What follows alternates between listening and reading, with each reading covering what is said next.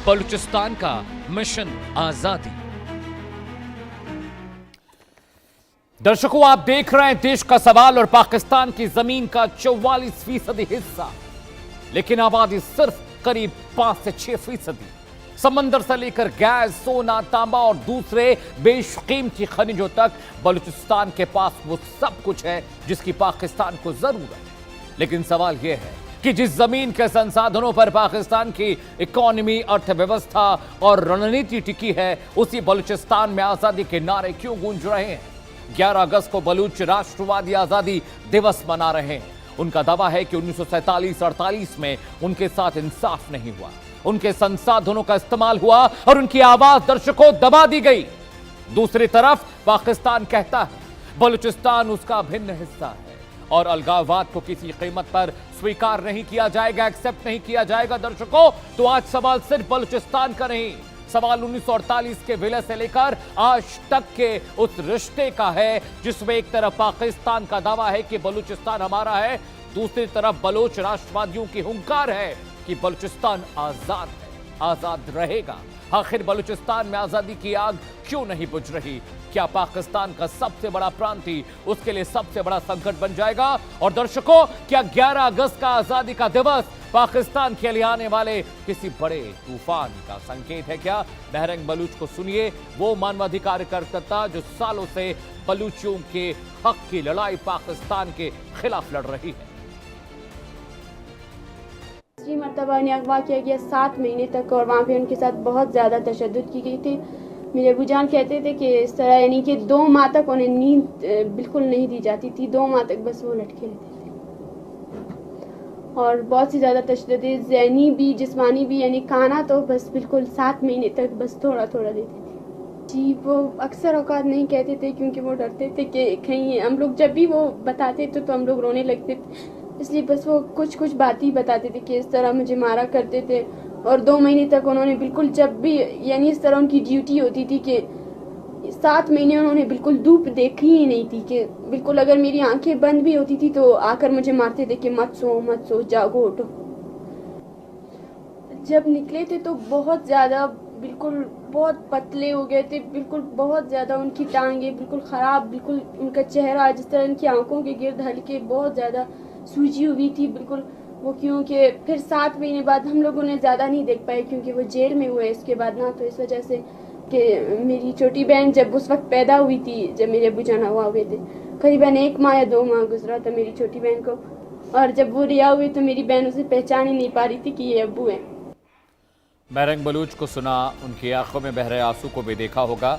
अब देश का सवाल भी सुन लीजिए। सवाल नंबर 1, क्या 11 अगस्त को बलूचिस्तान का आजादी दिवस मनाना पाकिस्तान के लिए सबसे बड़ी चुनौती बनने जा रहा है? दर्शकों, सवाल नंबर 2, क्या 1948 में कलात का पाकिस्तान में विलय एक बड़ी साजिश का हिस्सा था जिसका शिकार बलूचिस्तान हुआ? सवाल नंबर 3 आपकी स्क्रीन पर, क्या बलूचिस्तान में आजादी की मांग की जड़ें 1947-48 के घटनाक्रम में जुड़ी हैं, जिस पर आज हम डिस्कशन करेंगे? सवाल नंबर 4 आपकी स्क्रीन पर, क्या विकास की कमी के चलते बलूच अलगाववाद को हवा मिली जिसका खामियाजा आज बलूची विद्रोही भुगत रहे हैं? और सवाल नंबर 5 जिस पर मैं चर्चा करूंगा पैनल के साथ, दर्शकों, क्या पाकिस्तान के हाथ से अब बलूचिस्तान पूरी तरह से निकल चुका है क्या?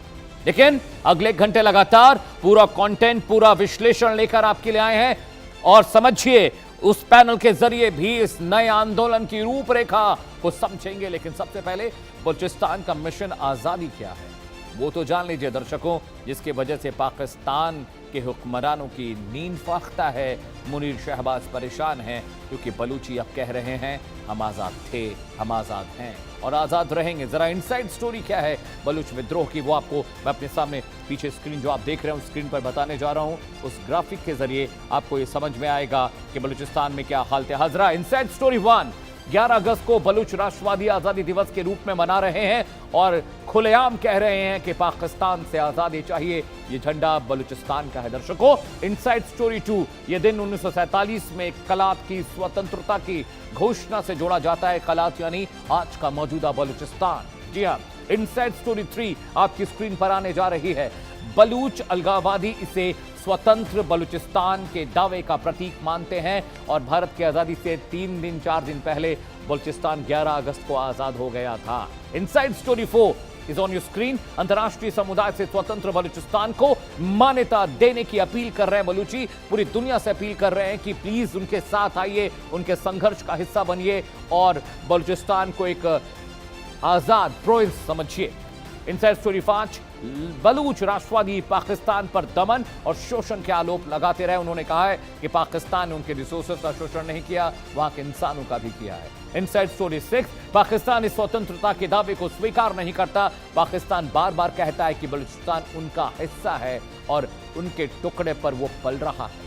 इनसाइड स्टोरी 7, पाकिस्तान बलूचिस्तान को अपने देश का अभिन्न हिस्सा मानता है, भले जबरन ही सही। आगे बढ़ते हैं दर्शकों, पूरा कंटेंट आज लेकर आए हैं, पूरा विश्लेषण लेकर आए हैं और मैप भी लाया हूं। मैं आपको बताऊंगा बलूचिस्तान कितना टैक्टिकल पोजीशन पर है, बलूचिस्तान पर जिन्ना का कंट्रोल कैसे हुआ, जिन्ना कंट्रोल मॉडल क्या था, पाक पर कलात के कब्जे की कहानी क्या है, वो जानकारी भी आपके लिए साझा करने जा रहा हूं मैं और उसके बाद आप समझ पाएंगे। जी हां, जानकारी नंबर 1, 1947 कलात ने पाकिस्तान में तत्काल विलय से इनकार कर दिया था। उस वक्त जब पाकिस्तान बना तो कलात ने कहा कि हम पाकिस्तान का हिस्सा नहीं बनना चाहते हैं।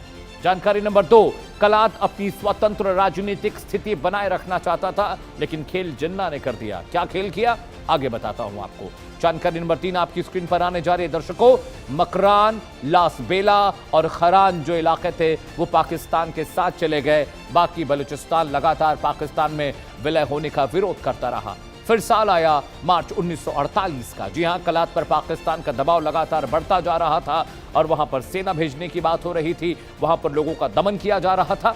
जानकारी नंबर 5 आपकी स्क्रीन पर आने जा रही है, बहुत क्रूशियल जानकारी मैं आपको दे रहा हूं। इस पूरे आंदोलन से जुड़ी हुई कलात के खान ने पाकिस्तान में शामिल होने के दस्तावेज पर दस्तखत कर दिए, बहुत दबाव था और वहीं से कलात और आज के बलूचिस्तान की बर्बादी की कहानी लिखी जानी शुरू हो गई। दर्शकों, जानकारी नंबर 6 आपकी स्क्रीन पर, बलूच असंतोष फैला। जी हां, राष्ट्रवादी धड़ों ने इस विलय को स्वीकार नहीं किया और तभी से ये लड़ाई चल रही है।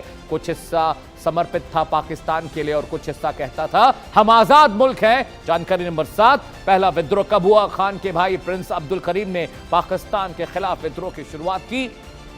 एक भाई दब गया, एक भाई ने विद्रोह किया। जी हां, जानकारी नंबर 8, बलूच राष्ट्रवादी इसे जबरन विलय बताते हैं, जबकि पाकिस्तान इसे कानूनी विलय बताता है। ये पता नहीं कौन सा कानून था जिसमें एक मुल्क को धोखा दिया गया, एक मुल्क पर जबरन कब्जा किया गया। ये कौन सा कानून है दर्शकों? जानकारी नंबर 9 आपकी स्क्रीन पर, 1948 का यही विवाद आज के बलूच अलगाववादी आंदोलन के संदर्भ में गिना जाता है, देखा जाता है, समझा जाता है। एक अलग चश्मा है पाकिस्तान का, जिस चश्मे से वो बलूचिस्तान के कायदे और कानून को देखता, समझता और बनाता है। आगे बढ़ते हैं दर्शकों, अगले कंटेंट पर आते हैं। क्यों पाकिस्तान के लिए बलूचिस्तान अहम है? क्यों हाथ जोड़े पाकिस्तान बलूचियों के सामने खड़ा है कि हमसे अलग मत हो जाओ? वजह बताने जा रहा हूं। इन्फो नंबर 1 आपकी स्क्रीन पर, पाकिस्तान के करीब 44% भूभाग